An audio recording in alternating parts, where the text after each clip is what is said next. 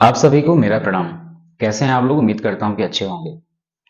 North east के बहुत खूबसूरत राज्य अरुणाचल प्रदेश की राजधानी ईटानगर में 5 नवंबर 2022 को एक ऐसी घटना घटी जिसने पूरे ईटानगर के शांत माहौल को एकदम से गरमा दिया। क्योंकि इस घटना को कुछ इस तरह से अंजाम दिया गया था कि पिछले 2 दशकों में इस राज्य के लोगों ने इस तरह के अपराध की कोई वारदात ना तो देखी थी और ना ही सुनी थी। लेकिन इस घटना के बाद पूरे ईटानगर के लोग अचानक सड़कों पर निकल आए और फिर हत्यारों को फांसी दो और जस्टिस फॉर मीना के नारों से पूरा ईटानगर गूंज उठा था और कई संगठनों में आक्रोश की आग सुलग उठी थी। दोस्तों, इस पूरी घटना की सच्चाई को जानने के लिए हमारे साथ आखिर तक बने रहें इस वीडियो में। आगे बढ़ने से पहले हमारे चैनल को सब्सक्राइब जरूर कर लीजिएगा, वीडियो को जितना हो सकेगा लाइक कर लीजिएगा। समाज में हो रही ऐसी दिल दहला देने वाली घटनाओं से हमेशा आप रूबरू होते रहें, हमारी यही कामना है। आइए अब जान लेते हैं इस घटना के बारे में। तो इस घटना के बारे में जो बात थी वो मीनालिस नामक 28 साल की जिस खूबसूरत महिला के साथ यह घटना घटी थी वह कोई मामूली शख्सियत नहीं थी, बल्कि वह मिस अरुणाचल नाम की एक बड़ी संस्था में लेखा और वित्त विभाग की सचिव थी। मीनालिसा अरुणाचल प्रदेश के एक बड़े बिजनेसमैन रोनी लिस की पत्नी थी और मीना लिस के ससुर लिस ईटानगर से 3 बार विधायक और 1 बार मंत्री भी रह चुके थे। अब लेगी लिस बीजेपी से लेकर कांग्रेस पार्टी और दूसरे कई अन्य दलों में भी रहे हैं। राजधानी ईटानगर के विधायक रहे लेगनिसी के असरो रसूख और शहर के सबसे पोश इलाके नाहर लागून के सेक्टर 1 में बने उनके आवास लेगी कारसिंघा रोड पर शहर से करीब 25 किलोमीटर दूर ही पहुंचा था और जैसे उसकी कार कूड़ा डॉपिंग जोन के पास बने मंदिर के पास पहुंची तो कार जो थी वो दुर्घटनाग्रस्त होकर खाई में गिर जाती है। किसी तरह वो बाहर तो निकल आया, लेकिन उसने देखा कि बीच की सीट पर बैठी मीना का शरीर अब मृत हो गया है।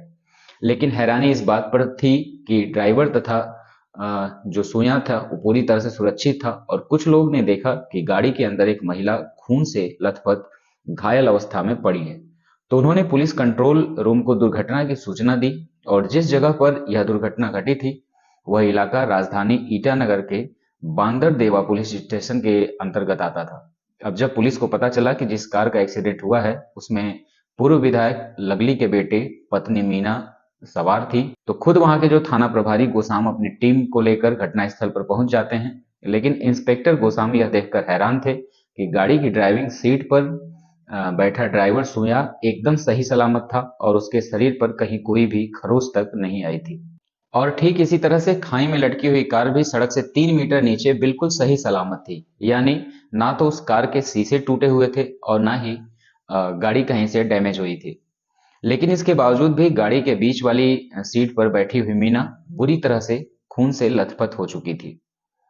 अब उसके सिर और कंधों और गर्दन पर बहुत ज्यादा चोट आई थी और इसी कारण पुलिस के आने से पहले ही लोगों ने मीना को पास के एक हॉस्पिटल भिजवा दिया था।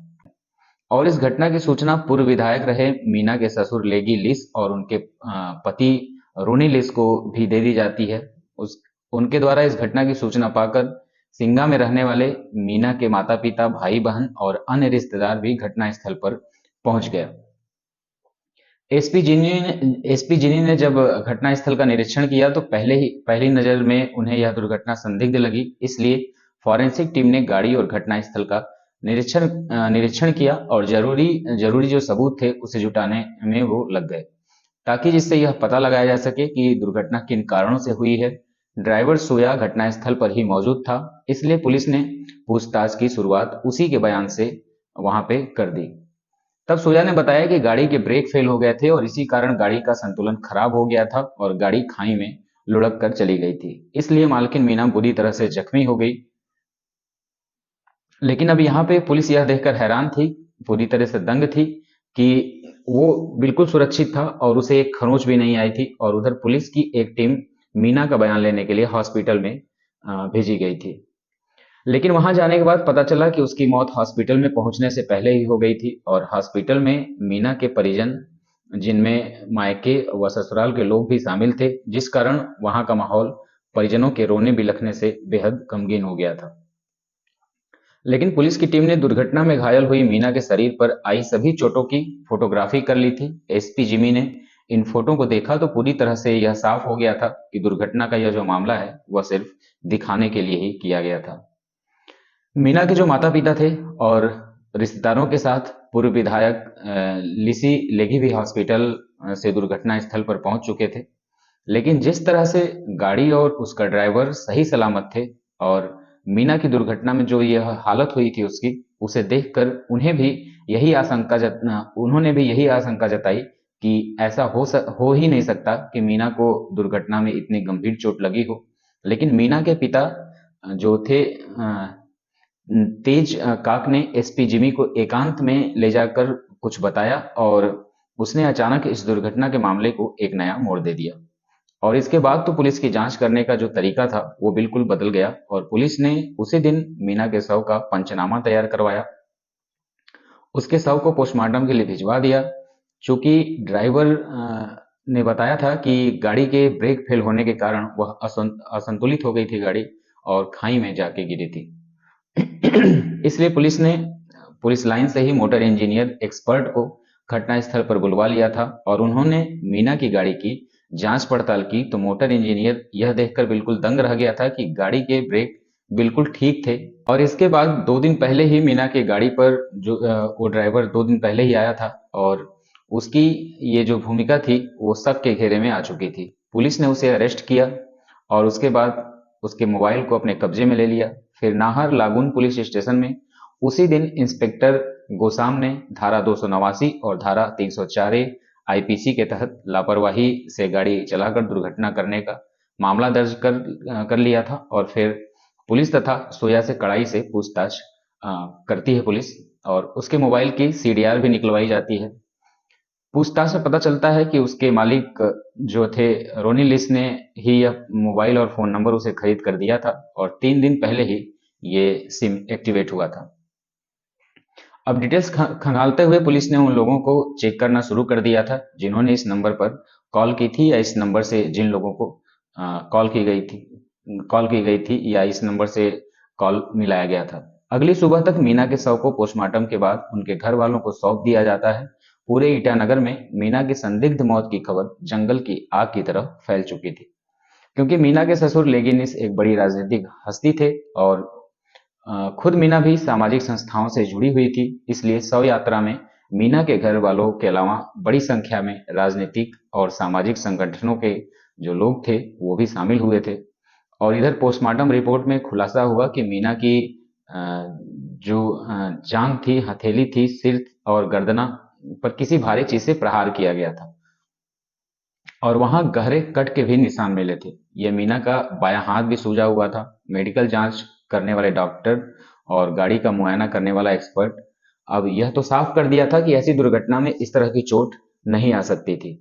इस मामले में पुलिस को शुरुआती जांच से गहरी साजिश और इसमें कई लोगों के शामिल होने के सबूत भी मिले थे। उसे देखते हुए आईजी पुलिस कानून व्यवस्था ईटानगर कैपिटल रीजन के एसपी जिमी के नेतृत्व में इस मामले का खुलासा करने के लिए एक बड़ी टीम का गठन करते हैं जिसमें नाहर लागून सर्किल के एसटीपीओ और रकमासी और जांच अधिकारी इंस्पेक्टर गोसाम के अलावा कई अन्य पुलिस अधिकारियों की भी इसमें इस टीम में शामिल किया जाता है, कई अधिकारियों को भी।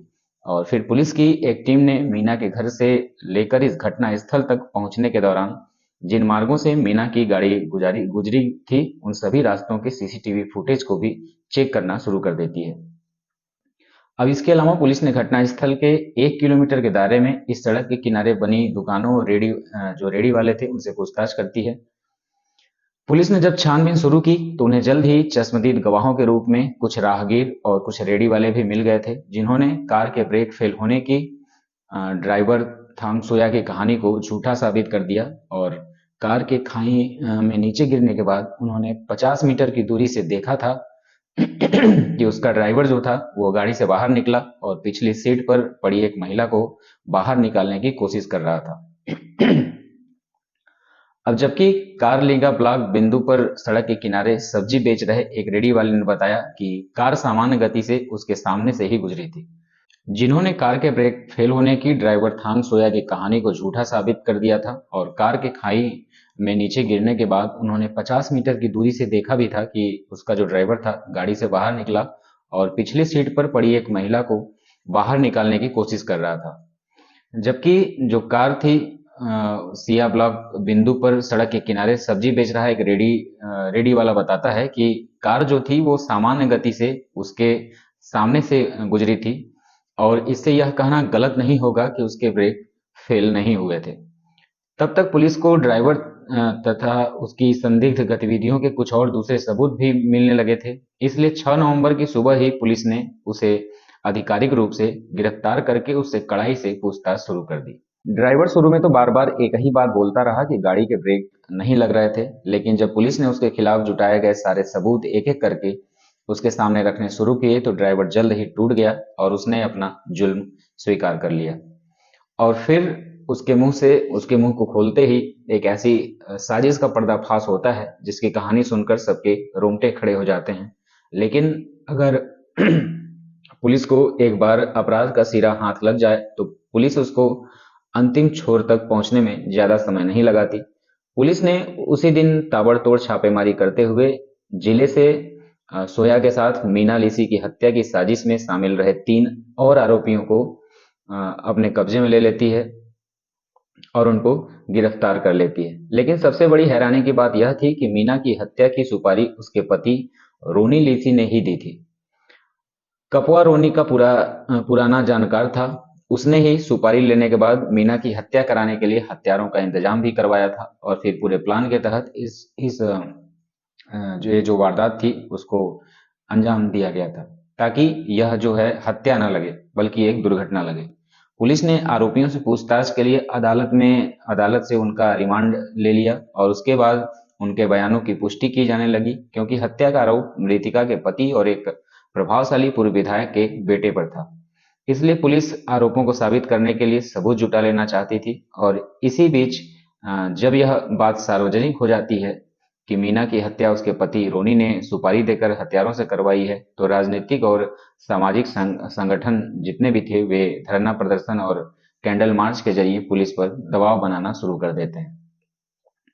परिवार के लोग भी अब पूरी तरह रोनी के खिलाफ बोलने लगे थे और जब पुलिस ने रोनी के खिलाफ कई सबूत इकट्ठे कर लिए थे तो फिर 10 नवंबर को रोनी लिस को भी अरेस्ट कर लिया जाता है।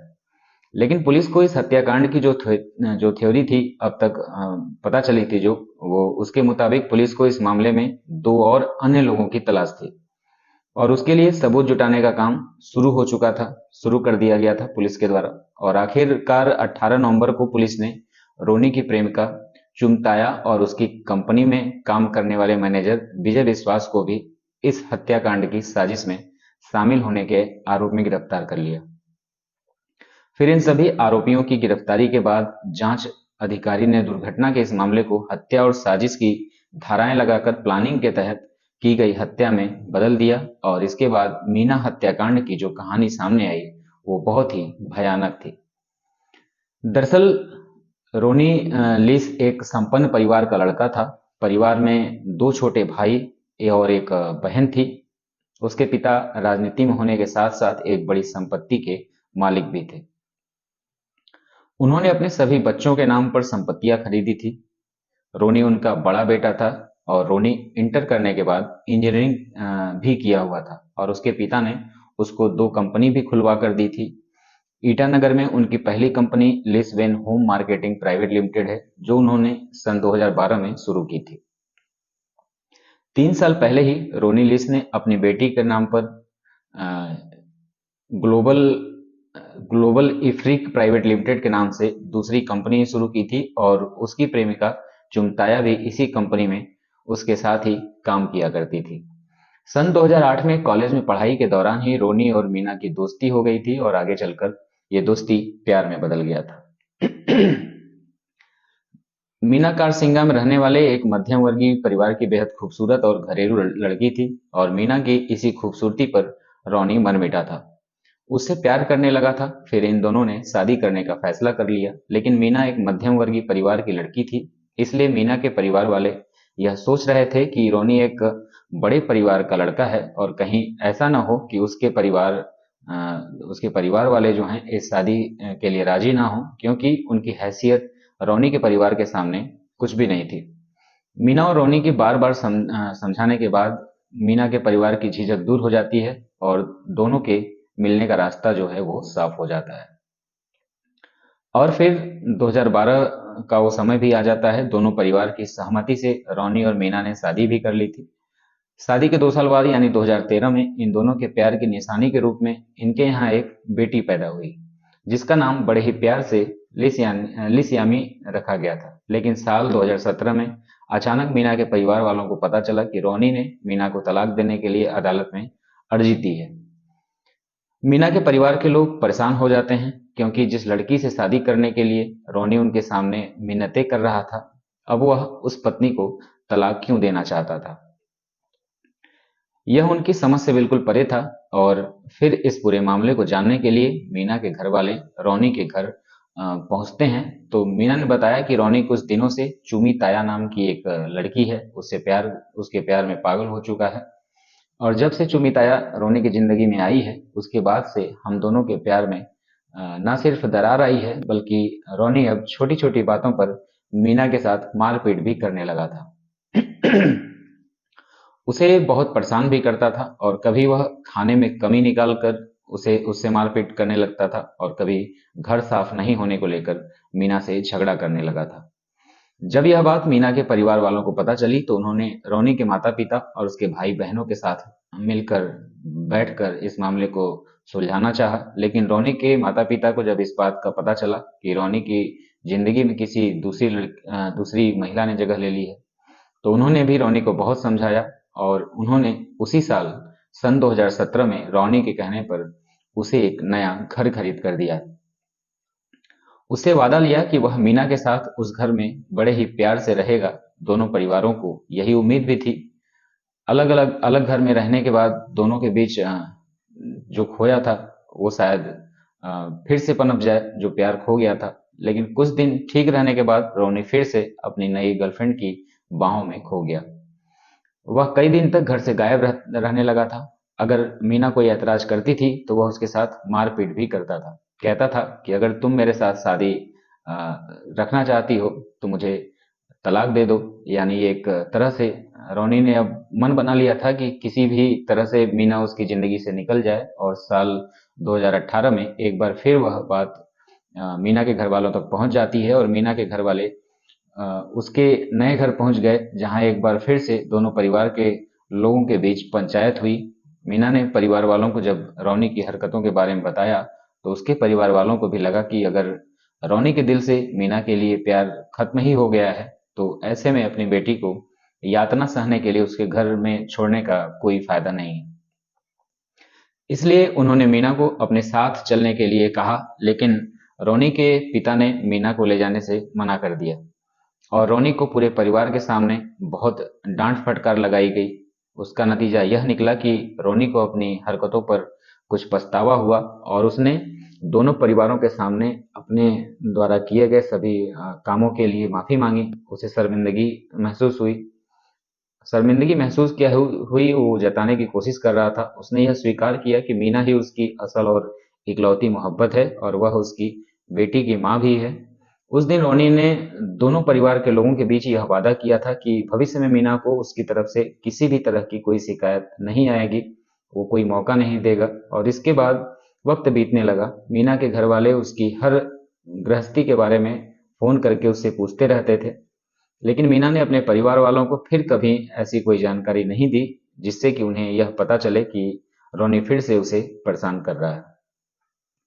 और अब साल 2020 शुरू हो चुका था और इसी बीच फरवरी में मीना के घर वाले यह जानकर खुशी से निहाल हो गए थे कि मीना फिर से गर्भवती है और वह रोनी के दूसरे बच्चे की मां बनने वाली है।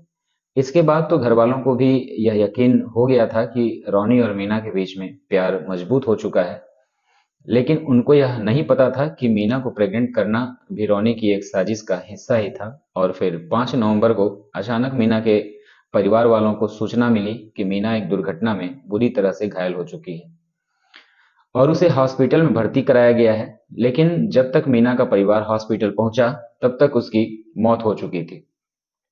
और इधर रोनी की गर्लफ्रेंड चुंगताया मूल रूप से कामले जिले की रहने वाली एक खूबसूरत लड़की थी और वह पिछले 3 साल से रोनी की कंपनी में काम कर रही थी। और यहीं पर रोनी उसकी तरफ आकर्षित हो जाता है और फिर इन दोनों के बीच में प्यार होता है। बाद में यह दोनों लिविंग रिलेशनशिप में रहने लगते हैं। चुंग को पता था कि रोनी शादीशुदा है और वो एक बच्ची का बाप भी है। अब लेकिन इसके बावजूद भी कुछ समय पहले ही उसने रोनी के साथ छुपकर शादी कर ली थी और अब चुंगताया धीरे धीरे रोनी पर दबाव बनाने लगी थी कि वह मीना को तलाक देकर सामाजिक रूप से उससे उसे ही अपनी पत्नी स्वीकार कर ले। सिंगा में ही रोनी का एक फार्म हाउस था और वहां वह अक्सर अपनी दूसरी पत्नी चुंगताया के पास रहा करता था उसे लेकर। रोनी ने इस हत्याकांड को इस तरह से अंजाम देने की साजिश रची थी कि लोगों को हत्या नहीं बल्कि एक ये दुर्घटना लगे। और 27 अक्टूबर की शाम को कामवांग लिटी अपने साथ तथा सुया और ताने ख्याम खोसा, बहुत ही जटिला नाम है, जिले और वहां वह तीनों होटल सूप ईसा में रुके। फिर 28 अक्टूबर को रोनी उनसे मिलने होटल में पहुंचा और वहां उनसे कामवांग के साथ मिलकर अपनी पत्नी को मारने का प्लान बनाया। उनके बनाए गए प्लान के अनुसार ड्राइवर तथा सोया को इस हत्या को अंजाम देना था और फिर उसको दुर्घटना का रूप भी देना था। रोनी ने अपनी पत्नी मीना की हत्या का सौदा कुछ 10 लाख रुपए में तय किया था और इस काम को करने के लिए रोनी ने 5 लाख रुपए एडवांस दे दिए थे और बाकी की रकम काम हो जाने के 15 दिनों में देना था। अब इसके बाद कामवांग तायक हुए 30 अक्टूबर को खोसा वापस चला जाता है, जबकि अगले दिन रोनी के घर ड्राइवर बनकर वो पहुंच भी जाता है। और रोनी ने साजिश तैयार की ही थी और उसके मुताबिक इस वारदात को अंजाम देने के लिए रोनी की पत्नी मीना का ड्राइवर बनकर वह रहने लगा था। लेकिन एक दिन मीना के ड्राइवर के रूप में काम करने के बाद उसको लगा कि मीना की हत्या करना वह जितना आसान काम समझ रहा था वह उतना आसान काम नहीं है। इसलिए 2 नवंबर को रोनी को एक और साथी का इंतजाम करने को कहता है, क्योंकि ड्राइवर को यह लग रहा था कि वह खुद मीना की हत्या करने की हिम्मत नहीं जुटा पाएगा। रोनी ने फिर से कामवांग से फोन पर बात की और एक और साथी का इंतजाम करने की बात उसको बताता है। काफी सोच विचार के बाद वो अपने दूसरे साथी दामिया को भी इस वारदात को अंजाम देने के लिए राजधानी ईटानगर के लिए रवाना कर देता है। अब उस समय दोईमुख में किसी और के यहाँ ड्राइवर के रूप में काम कर रहा था, लेकिन कामवांग का आदेश मिलने पर वह भी राजधानी ईटानगर पहुंच जाता है और वहां वह रोनी से मिलता है। और खोया के आ जाने के बाद 4 नवंबर की सुबह रोनी और एक बार फिर से उस रूट का जायजा लेते हैं। कासिगा में ब्लॉक पॉइंट के पास था और यहीं पर उसने मीना की हत्या कराने की वारदात को अंजाम देने का प्लान तैयार किया था। और यह तय हुआ था कि अगले दिन यानी 5 नवंबर 2020 को मीना की हत्या की योजना को अंजाम दिया जाएगा और फिर सुबह करीब 12 बजे मीना अपनी बेटी को नौकरानी के पास छोड़कर इनोवा कार से ड्राइवर के साथ कारसिंगा के लिए निकल गई। लेकिन जैसे योजना बनाई गई थी, रास्ते में पहले से ही इंतजार कर रहे अपने साथी दामिन को भी तथा अपने साथ वो ले लेता है और मीना के पूछने पर तथा ने बताया कि यह मेरा दोस्त है और इसे भी कारसिंगा तहसील दफ्तर जाना है, क्योंकि मीना तथा के साथ ड्राइवर के पीछे वाली सीट पर बैठी थी, जबकि दास सबसे पीछे की सीट पर बैठ गया। और जैसे ही उनकी गाड़ी ने मंदिर को पार किया तो दामिन ने अपने साथ छिपा कर लाए हथौड़े से पहले मीना के सिर पर वार किया, फिर उसके बाद उसके कंधों, कनपटी और गर्दन के पीछे अंधाधुंध वार किए। इस घटना को अंजाम देने में मुश्किल से केवल 3 या 4 मिनट का समय लगा होगा और खून से लथपथ कार की सीट पर पड़ी मीना ने चंद मिनटों में ही दम तोड़ दिया। अब दाम को जब पूरा यकीन हो गया कि मीना मर चुकी है तो उसने तथा से कहा कि कहकर ब्लॉक पॉइंट के पास गाड़ी रुकवा दी और जैसे वह गाड़ी में सवार हुआ वैसे ही चुपचाप गाड़ी से नीचे उतर गया। और उसके बाद तथा ने गाड़ी को थोड़ा आगे बढ़ाया और एक मोड़ के करीब सड़क के बाएं किनारे पर गाड़ी को तिरछा खड़ा करके गाड़ी में चाबी लगी छोड़कर नीचे उतर गया। अब इसके बाद उसने न्यूट्रल में खड़ी गाड़ी को जोर से धक्का लगाकर आगे की तरफ ढकेल दिया, क्योंकि अब इस हत्या को दुर्घटना का रूप वो देना चाहता था। उसने सोचा था कि गाड़ी खाई में नीचे गिरते समय किसी पत्थर से टकराकर गाड़ी में आग लग जाएगी या फिर गाड़ी नीचे जाकर पूरी तरह से दुर्घटनाग्रस्त हो जाएगी, लेकिन ऐसा नहीं हुआ। और गाड़ी 3 मीटर नीचे जाने के बाद एक बड़ा पत्थर से टकरा जाता है, और नीचे आने की वजह से वो आगे नीचे पत्थर आने की वजह से वो आगे नहीं जा पाता है। इसलिए हत्या को दुर्घटना साबित करने की साजिश धरी की धरी रह जाती है। पुलिस ने जब जांच की तो पता चला कि ना तो कार में शीशे कहीं के टूटे थे और ना ही गाड़ी में कोई तोड़फोड़ हुई थी, लेकिन गाड़ी के बीच की सीट पर बैठी हुई मीना की मौत उसमें उस गाड़ी में हो चुकी थी। कार के ड्राइवर तथा से जब पुलिस ने पूछताछ की तो उसने बताया कि ब्रेक फेल होने के कारण गाड़ी खाई में गिर गई थी। लेकिन जब पुलिस ने अपने मोटर एक्सपर्ट को बुलाकर गाड़ी की जांच करवाई तो गाड़ी के ब्रेक बिल्कुल सही पाए गए थे। अब मीना की हत्या को जिस अनोखी साजिश के तहत अंजाम दिया गया था, उसका खुलासा शायद ही कभी हो पाता अगर मीना के परिजनों के खुलकर सामने आने और ईटानगर के लोगों ने जस्टिस फॉर मीना की मुहिम शुरू ना की होती तो। और इसलिए पुलिस ने दबाव में आकर कड़ी छानबीन करनी शुरू कर दी थी, और फिर कड़ियों से कड़ियों को जोड़ते हुए पुलिस इस साजिश के सूत्रधारों और मीना के पति रोनी तक पहुंच जाती है।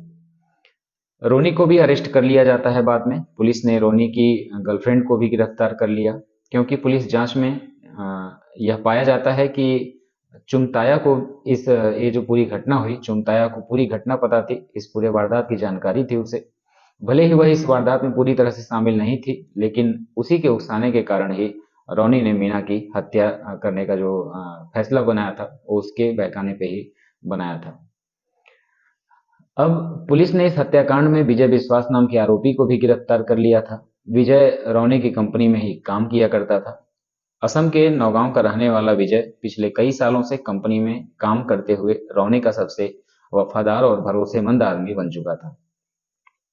वह रोनी के निजी कामों को संभाला करता था, और रोनी के कहने पर विजय ने ही 3 मोबाइल खरीदकर इस वारदात में शामिल दोनों हत्यारों यानी यानी तथा सुया दामिया और इन लोग को हत्याकांड की सुपारी लेने वाले कांगवांग को इन तीनों मोबाइल को पहुंचाता है, और पुलिस ने उन तीनों मोबाइल फोन के साथ साथ एक नहर में फेंके गए उस हथौड़े को भी बरामद कर लेती है पुलिस, जिसके द्वारा बड़ी ही बेदर्दी तरीके से 7 महीने की गर्भवती महिला की हत्या कर दी जाती है। और रोनी ने दूसरी पत्नी को पाने के लिए अपनी पहली पत्नी को रास्ते से हटाने की साजिश तो रची ही थी, लेकिन एक कत्ल के लिए वो दूसरी हत्या के रूप में अपने अजन्मे बच्चे की हत्या का पाप भी कर बैठा था।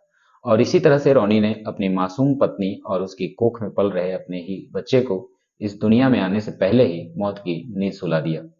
अब रोनी लिस और उसकी गर्लफ्रेंड दोनों ही जेल की सलाखों के पीछे अपनी जिंदगी काट रहे हैं। दोस्तों, इस घटना को सुनाने का उद्देश्य किसी के दिल को दुखाना नहीं है, किसी को परेशान करना नहीं है, बल्कि सबको जागरूक करना है, आपको जागरूक करना है, ताकि आप भी सचेत रहें, सुरक्षित रहें, अपना और अपने परिवार वालों का ध्यान रख सकें। दोस्तों, इस पूरी घटना के बारे में आपकी क्या राय है, हमें कमेंट करके जरूर बताएं। आपका कमेंट हमें हमारे उत्साह को और बढ़ाएगा, और हम ऐसे ही वीडियोस आप तक पहुंचाने का पूरा प्रयास हमेशा करते रहेंगे। तो इजाजत दीजिए, आज के लिए बस इतना ही। मिलते हैं कल के वीडियो में ठीक इसी समय पे। तब तक धन्यवाद।